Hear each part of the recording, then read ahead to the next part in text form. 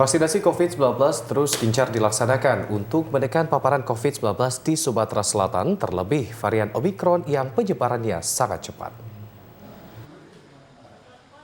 Pemerintah Sumsel terus mengupayakan vaksinasi dosis 1, 2, dan 3 untuk menekan penyebaran COVID-19 terutama varian Omikron yang penyebarannya 5 kali lebih cepat dari varian Delta dan Alpha. Kepala Dinas Kesehatan Provinsi Sumsel Lesti mengatakan vaksinasi tahap pertama sudah mencapai 92%. Untuk dosis kedua saat ini 64,58% dan dosis ketiga baru 3,38%. Untuk dosis 2 64,58%. Memang ada kesenjangan sejak awal untuk dosis 1 dan dosis 2. Namun ini kita kejar terus, kita utamakan untuk mengejar dosis 2, kemudian juga lansia dan booster. Booster ini 3,38% karena memang baru dimulai sekitar 12 Januari ya. Kalau untuk angka bor kita masih aman kan Bu untuk varian Omikron ini? Untuk baru rumah sakit mulai menurun sekarang ya, sekitar 36% sekarang. Kemarin sempat meninggi sampai 47%, tapi sekarang sudah mulai turun. Dampak penyebaran Omikron berpengaruh untuk tingkat keterisian tempat tidur pasien COVID-19 saat ini, yang mencapai 36% dari 2.032 tempat tidur pasien COVID-19 di Sumatera Selatan. Adi Gunawan, TVRI Sumsel melaporkan. Sebanyak 5.000 lebih dosis vaksin COVID-19 diperkirakan tidak akan terpakai. Hal ini dikarenakan akan habisnya masa penyimpanan, yaitu tanggal 3 Maret 2022.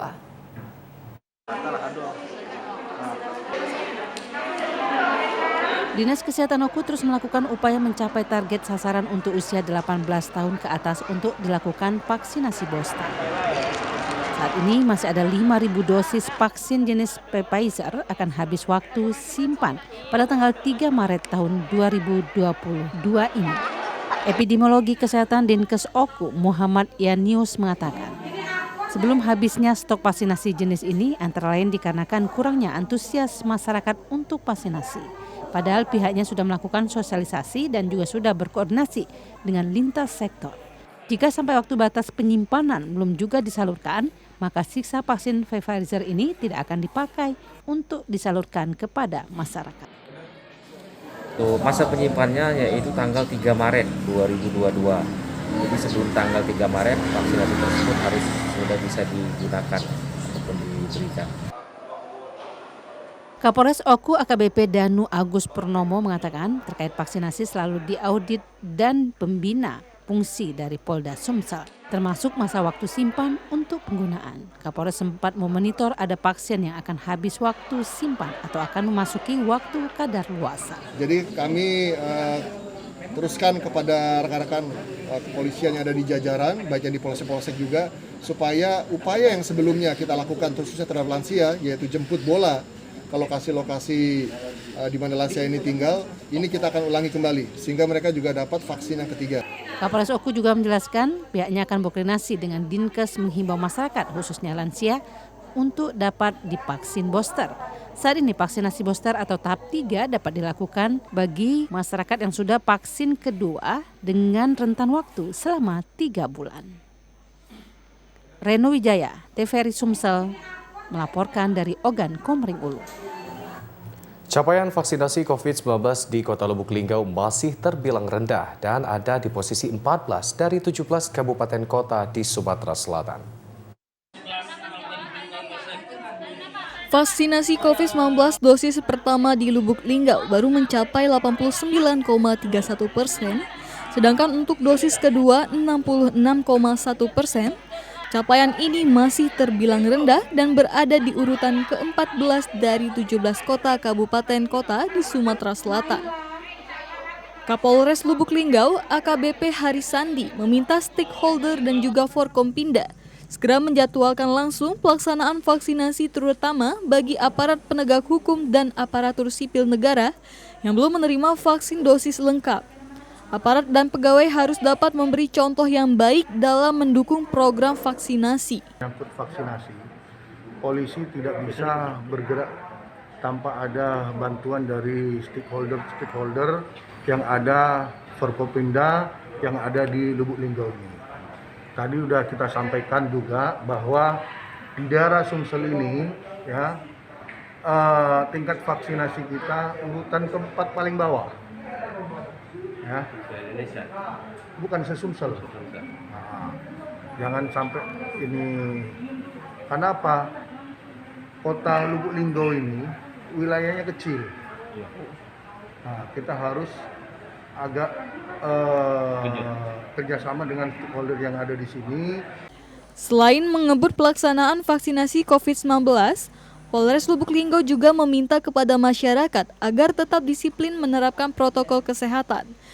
Dari Kota Lubuk Linggau, Ferry Setiawan, TVRI Sumatera Selatan melaporkan. Selain menjalani isolasi mandiri, pasien COVID-19 tanpa gejala dan bergejala ringan disarankan tetap menjaga daya tahan tubuh untuk meringankan gejala COVID-19. Guna mengurangi lonjakan penyebaran COVID-19 varian Omikron, masyarakat disarankan untuk menerapkan protokol kesehatan secara ketat. Selain itu, mereka yang terindikasi terpapar COVID-19 baik tanpa gejala ataupun dengan gejala ringan, dianjurkan untuk langsung melakukan isolasi mandiri.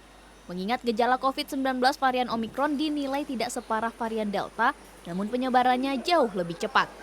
Adapun selama menjalani isolasi mandiri, pasien COVID-19 juga disarankan untuk menjaga daya tahan tubuh dengan beristirahat cukup, berpikiran positif, serta mengkonsumsi makanan yang bergizi untuk mengurangi gejala varian Omikron seperti demam, sakit kepala, nyeri, sakit tenggorokan, dan pilek.